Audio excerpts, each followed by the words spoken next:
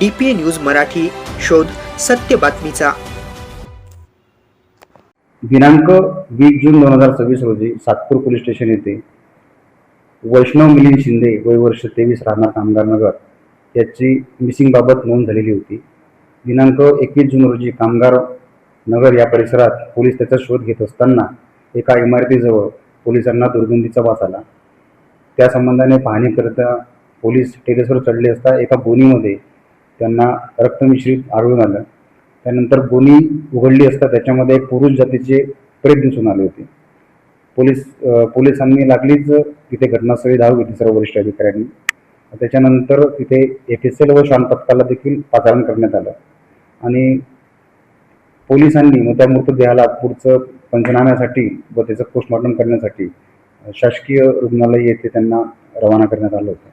त्याच्यानंतर मृताची मिसिंग व्यक्ती त्याच परिसरात राहणारी होती, त्याच्यामुळे मृताच्या नातेवाईकांना तिथे बोलवण्यात आलं आणि मग मृताची ओळख करण्यात आली। तर त्या मृतदेहाचं जे सापडलं होतं त्याचं नाव होतं वैष्णव मिलिंद शिंदे, ही आपल्याकडे मिसिंग व्यक्ती होती। तर पोलिसांसमोर मोठं आव्हान होतं की कुठल्याही प्रकारचा खून होता या गुन्ह्यामध्ये आणि कोणी केलं, कोणी अज्ञात मारेकऱ्यांनी याच्यावर हल्ला केलेला आहे, तर आम्हाला ते शोधून काढण्याचं पूर्ण आव्हान होतं मोठं। तर माननीय पोलीस आयुक्त श्री संदीप कर्णिक सर, माननीय पोलीस उपायुक्त श्री किशोर काळे साहेब, माननीय ACP श्री सचिन वारी साहेब यांच्या मार्गदर्शनाखाली पोलीस स्टेशन व युनिट 2 गुन्हे शोध पथक यांचे वेगवेगळ्या प्रकारे तपास पथक नेमण्यात आले होते।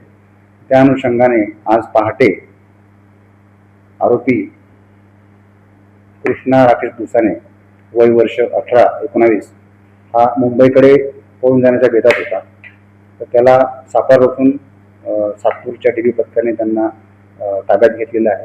ताब्यात घेऊन त्याच्याकडे चौकशी केली असता त्याने हे सांगितलं आहे की जो मयत आहे वैष्णव त्याला याने 9,000 रुपये हातसुमारे दिले होते, पण तो ते काही परत करत नव्हता आणि परत मागितले तर त्याला राग यायचा आणि तो त्याला शिवीगाळ करून मारण्याची धमकी देत होता। त्याबद्दलचा राग मनात धरूनच याने 19 तारखेच्या रात्री यांची पुन्हा बाचाबाची झाली पैशांवरूनच आणि त्या बाचाबाचीचं रूपांतर शेवटी त्यांनी चाकू त्याच्यावर वार केले आणि त्याचा मृत्यू घडल्याचं त्यांनी याच्यामध्ये स्पष्ट केलं आहे। कोणी इतर साथीदार असल्याचा संशय तक्रारीमध्ये नमूद करण्यात आलेल्या फिर्यादीमध्ये, त्या अनुषंगाने देखील तपास सुरू आहे।